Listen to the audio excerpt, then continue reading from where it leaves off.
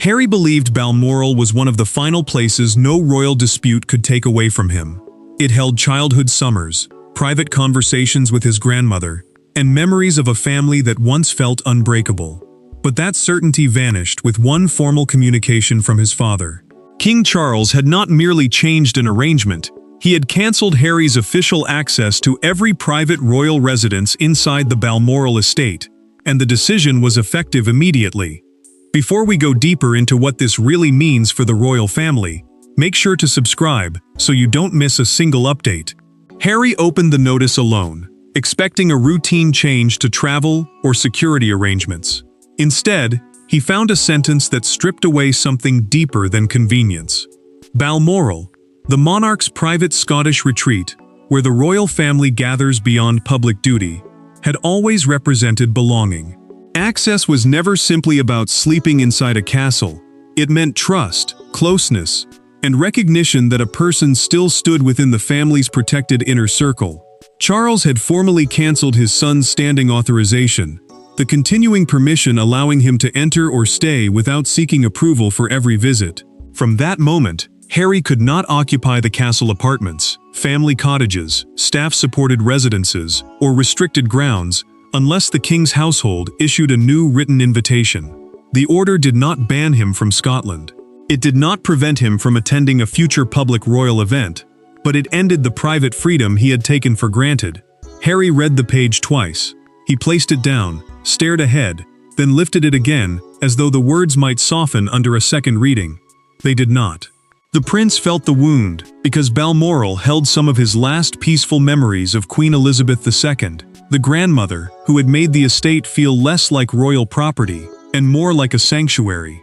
Her absence already haunted those rooms. Now his own place within them had been removed. Then Harry saw the approval mark. Charles had not hidden behind security officers or anonymous advisors. The king had personally accepted responsibility for the cancellation. That realization changed the shock into betrayal, because the decision now carried the unmistakable weight of a father closing a door against his son. One final detail made the notice harder to accept. Craiggowan Lodge, the private residence Harry believed would always remain informally available to him, appeared by name among the restricted properties. Someone had insisted that no quiet exceptions survive. To understand why the loss of one remote residence struck Harry like a public rejection, the story must return to the people who attached entirely different meanings to the same locked door. To Charles, the Balmoral order was an act of control, after years of instability. To Harry, it was proof that the distance between father and son had hardened into policy. Neither man saw a building. One saw the security of the crown. The other saw the last doorway into his childhood. Between them stood William, Camilla, and memories of the late Queen, each carrying a different reason why Balmoral could no longer remain neutral ground. Harry remembered summers that once felt untouched by duty. Balmoral had given him long walks with relatives, private meals without cameras, and rare moments when royal life seemed almost ordinary. The estate was also tied to memories of Diana, his grandparents, and a family before grief and public conflict split everything apart. That history made the restriction feel less like administration and more like judgment. Charles carried a different burden. As both father and monarch, he had to protect private royal property as a secure working environment, meaning a place where family life, official duties, staff operations, and protection arrangements overlapped. Yet he knew every limit placed on Harry would be read as a personal sentence. The king sat with the authorization file open before him, removed his glasses, and said nothing. Camilla watched the silence deepen. She understood that he was not merely adjusting access. He was turning years of mistrust into an official boundary. The queen consort did not urge him forward, but she did not ask him to stop. Her stillness told Charles that hesitation would not remove the consequences. Harry searched for a private exception. He called a former household contact and asked one narrow question. Would he still be admitted if he arrived quietly, without ceremony or announcement? The answer came with painful care, only with fresh approval. Familiarity could no longer open the gates. William had also been consulted about operational concerns, Though the prince refused to present the cancellation as his demand, he would not claim ownership of the decision, yet he did not challenge it either. That restraint left Harry unsure whether his brother had supported the order or simply accepted it. Then one name sharpened the wound: Craiggowan Lodge. The private residence, often used before the main castle formally opened for the season, had once seemed like the final place where informal family access might survive. Its inclusion proved otherwise. No cottage, side entrance, or quiet understanding had been preserved. Harry began tracing the decision backward. The trail did not begin with an interview, a public accusation, or another headline. It led to one tense incident at Balmoral that the family had never discussed beyond closed doors. The cancellation may have arrived in a clean official envelope, but its true origin lay in a private confrontation during a family gathering that changed Charles's trust permanently. Every royal rupture has a moment that later appears inevitable. For this one, it came during a private Balmoral gathering, when a conversation meant to repair old wounds turned into a warning that could not be withdrawn. There were no cameras, no public statements, and no cheering crowds. Only Harry, Charles, William, and a closed drawing room door. By the time that door reopened, the king had begun questioning whether his younger son could ever again enter Balmoral without conditions. Charles had entered that gathering believing Balmoral could still serve as neutral ground. The private Scottish estate was more than a royal retreat. It was one of the few places where family members could speak beyond formal duty. He wanted a controlled agreement covering future visits, approved guests, coordinated security, and the protection of personal conversations from later public use. To the monarch, those terms were not punishment. They were the minimum needed to rebuild trust. Harry heard something far colder. He believed his father was demanding obedience before offering acceptance, turning family access into a reward for silence. The prince told Charles that a son should not have to pass a loyalty test before returning to a place filled with childhood memories. The king tried to explain that privacy could not survive without rules, but Harry felt every condition tightening around him. William stepped in carefully. The future king argued that personal conversations needed boundaries if the family was ever to speak honestly again. Harry turned toward his brother and asked whether Balmoral now belonged only to those who remained inside the official royal structure. William did not answer immediately. That hesitation wounded more deeply than any denial. Then Harry placed a private itinerary on the table. He said outside security advisors might accompany him during a future stay, and he would not accept complete palace control over their movements. The proposal changed everything. Independent personnel inside a protected royal residence meant two chains of authority operating within the same grounds. Charles closed the folder. He pushed his chair back and finally spoke without hesitation. No son, advisor, guest, or protection team would establish separate control inside the monarch's private home. Harry insisted he was protecting himself. The king replied that he was protecting everyone under that roof. The planned visit was cancelled that same night. William left knowing the argument had crossed a line, while Harry departed convinced that his father had chosen royal authority over reconciliation. Weeks later, a formal security review turned that confrontation into a recommendation for permanent restrictions. What began as an argument over trust now required the two men to say aloud what neither had been willing to admit. Balmoral had become a symbol of whether they still considered each other family. Harry did not challenge the decision through lawyers, aides, or public statements. He demanded to hear it from Charles himself. When father and son finally sat opposite each other, the cancellation notice rested between them like a third person in the room. Harry wanted his father to admit that the order was punishment. Charles wanted his son to understand that trust had consequences. Neither was prepared for how quickly Balmoral would become a reckoning over decades of grief. Charles entered the meeting without advisors and left the door closed behind him. The king placed the Balmoral authorization on the table, the formal document that removed Harry's continuing right to enter the estate residences without permission. By keeping it within reach, he made one thing clear: no courtier, secretary, or security officer would speak for him. This was his decision, and he would defend it himself. Harry listened as his father explained that the order was not a permanent ban. Future visits could still happen, but only through a specific invitation and security clearance. The process used to confirm who may enter protected royal property and under what conditions. Charles called it a boundary. His son called it exile dressed in language. The prince leaned forward. Losing automatic access, he said, meant he was no longer being treated as a son who belonged there. He was being reduced to a visitor whose presence had to be examined, approved, and controlled. Charles tried to answer, but Harry pushed the document back across the table. "You have not protected a house. You have shut me out of my own memories." Charles gripped the arm of his chair. He did not interrupt. The accusation struck because Balmoral carried grief for him too, yet the monarch knew sentiment could not settle the danger created by competing security teams and broken confidence. Then the king revealed what Harry had never been told. He had delayed the order twice, hoping his son would privately accept coordinated dates, agreed guests, confidentiality, and one chain of protection. Both delays collapsed after fresh disputes over control and outside advisors. Charles finally admitted the truth he had resisted saying aloud. Love remained, but affection alone could no longer govern access to sensitive royal spaces. A father could forgive. A monarch had to protect the institution surrounding him. Harry rose, believing the crown had won, and he had lost.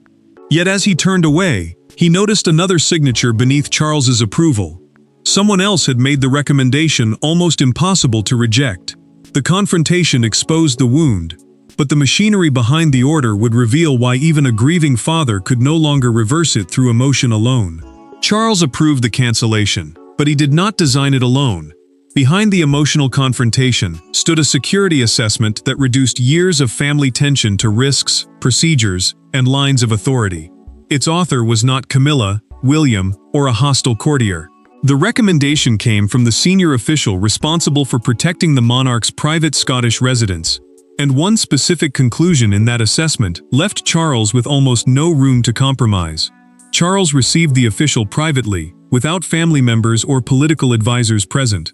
The protection chief placed a detailed estate map before him and pointed to the routes connecting the castle, cottages, staff quarters, and restricted grounds.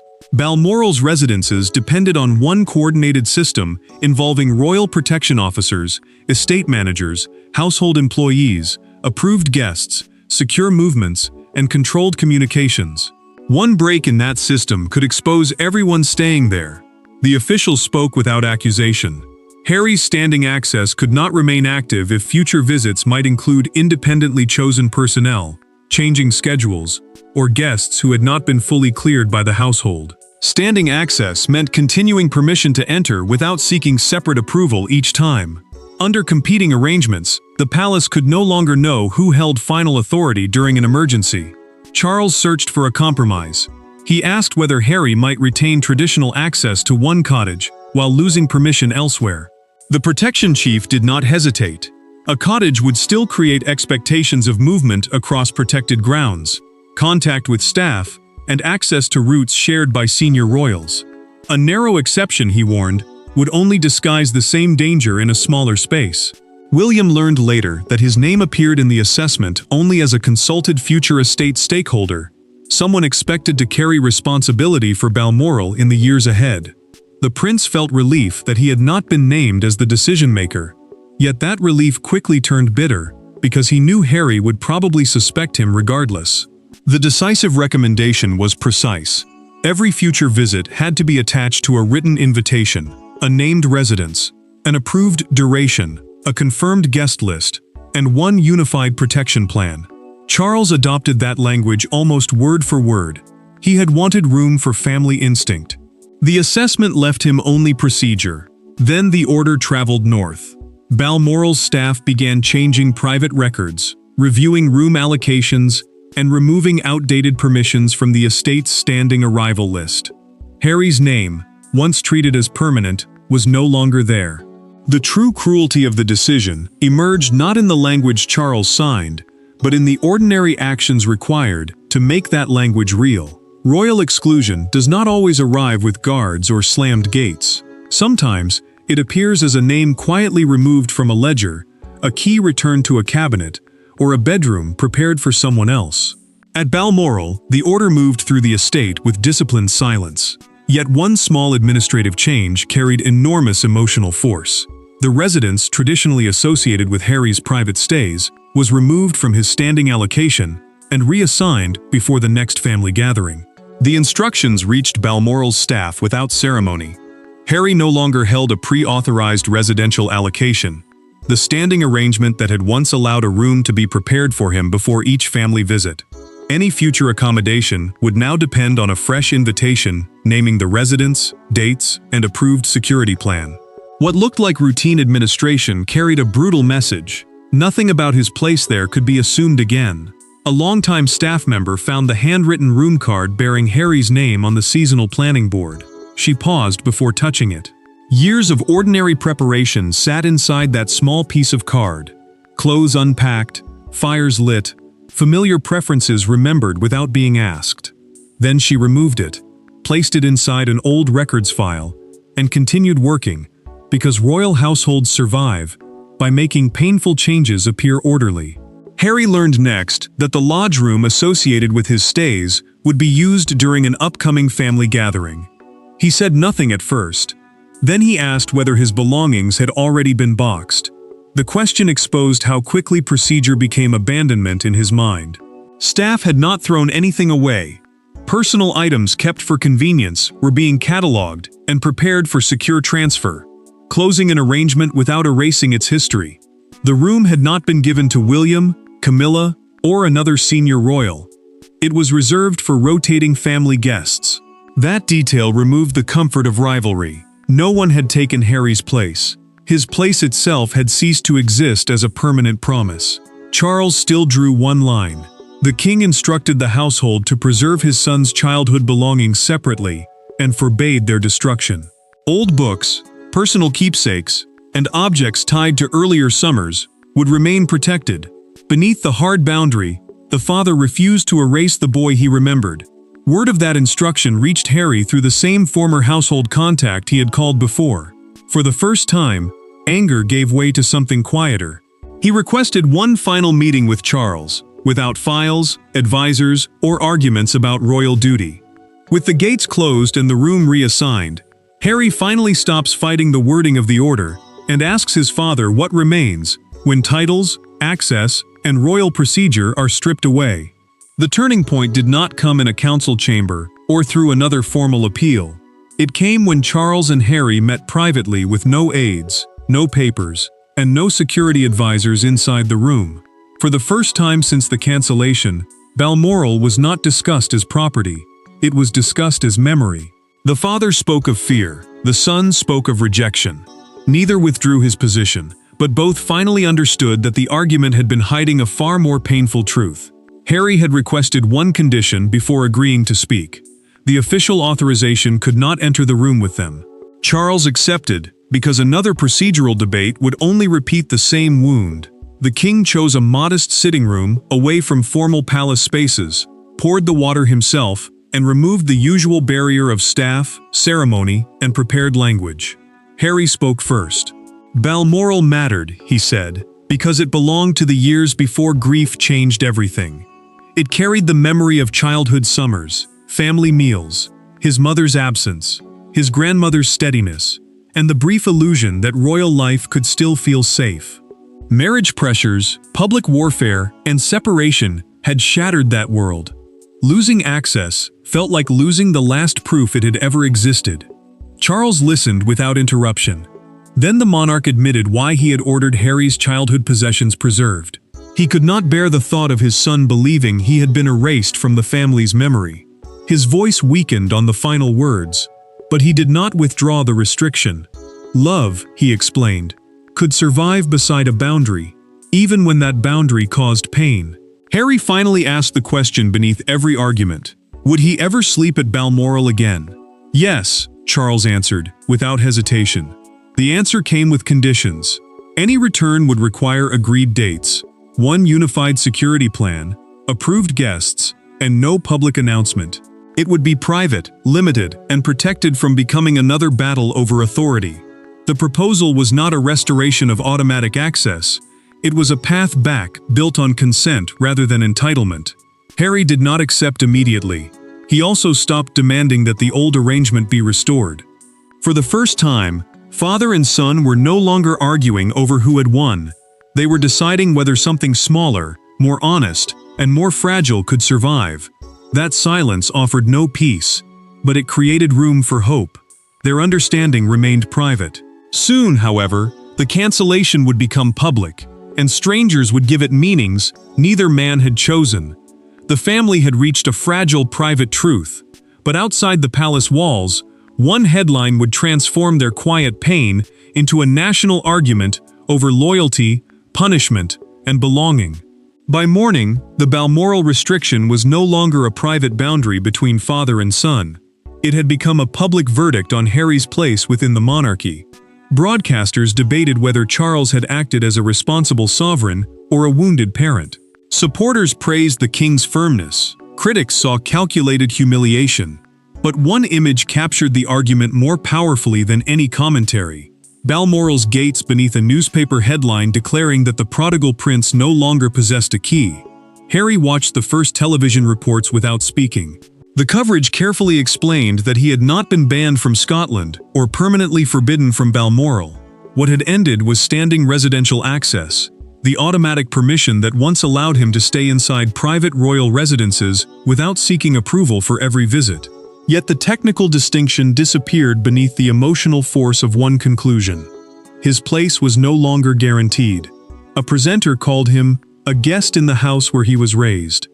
Harry reached for the remote and turned off the screen before the panel discussion began. The words wounded because they reduced decades of memory to a new administrative status. He had once entered Balmoral as family. Now the public believed he would approach it as an outsider waiting for permission. Charles received the morning coverage during breakfast. The king became visibly unsettled when commentators accused him of exiling his younger son. Advisors urged a firmer response, one that would defend the security decision and expose the disagreements behind it. He refused. The monarch would not turn a painful family boundary into a public attack. Then the front page appeared. A major newspaper printed Balmoral's closed iron gates beneath the headline, "No longer his home." Copies were held outside Buckingham Palace, while broadcasters described the decision as the monarchy's clearest boundary since Harry stepped away from royal duties. Supporters called it necessary discipline. Critics called it punishment. Both sides spoke with certainty about a private wound they did not understand. The palace issued a brief clarification. Future family visits remained possible through a specific invitation, agreed dates, and coordinated security. The wording echoed the understanding Charles and Harry had reached in private, proving that the relationship had been restricted, not destroyed. As the outrage began to settle, the argument narrowed to one final choice. Harry could reject every condition and treat the locked gate as permanent humiliation. Or he could accept that a smaller invitation might become the first honest step toward peace. The world saw a prince lose automatic access. But the final meaning of the moment would be decided by whether Harry treated the closed gate as an ending or accepted the new path his father had left open. The cancellation did not end with Harry regaining his former privileges, nor with Charles withdrawing the order out of guilt. It ended with something quieter and more difficult. Both men accepting that their relationship could not return to the careless familiarity of the past. Balmoral would no longer open automatically for Harry. Yet it would not be permanently closed. The crown kept its boundary, the son kept his dignity, and the father refused to let official distance become complete emotional abandonment. Harry chose restraint. He did not instruct lawyers to challenge the cancellation or launch a public campaign demanding restored access. The prince understood that automatic entry could not be separated from the trust and security conditions he had rejected.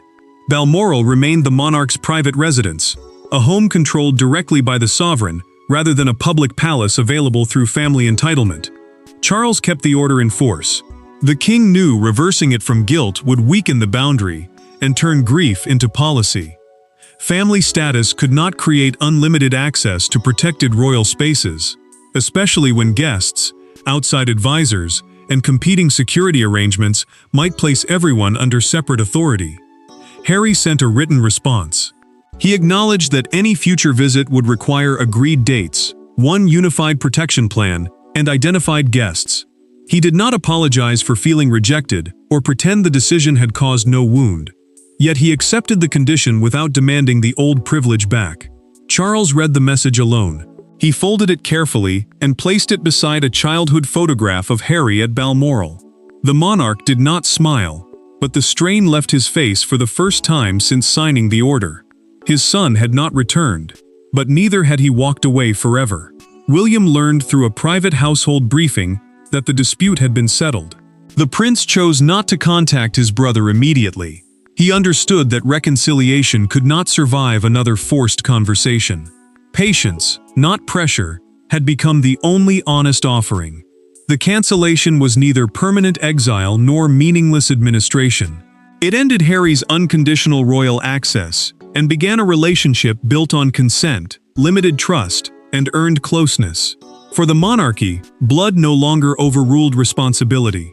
For Charles, love no longer meant surrendering duty. For Harry, belonging survived, but only in a smaller, harder, more truthful form. And so the gates of Balmoral remained controlled, but not sealed forever, a final symbol that the old royal relationship had ended, while a smaller, more truthful bond between father and son had finally been allowed to begin. Thanks for watching. Please don't forget to like and subscribe, and we will see you in next one.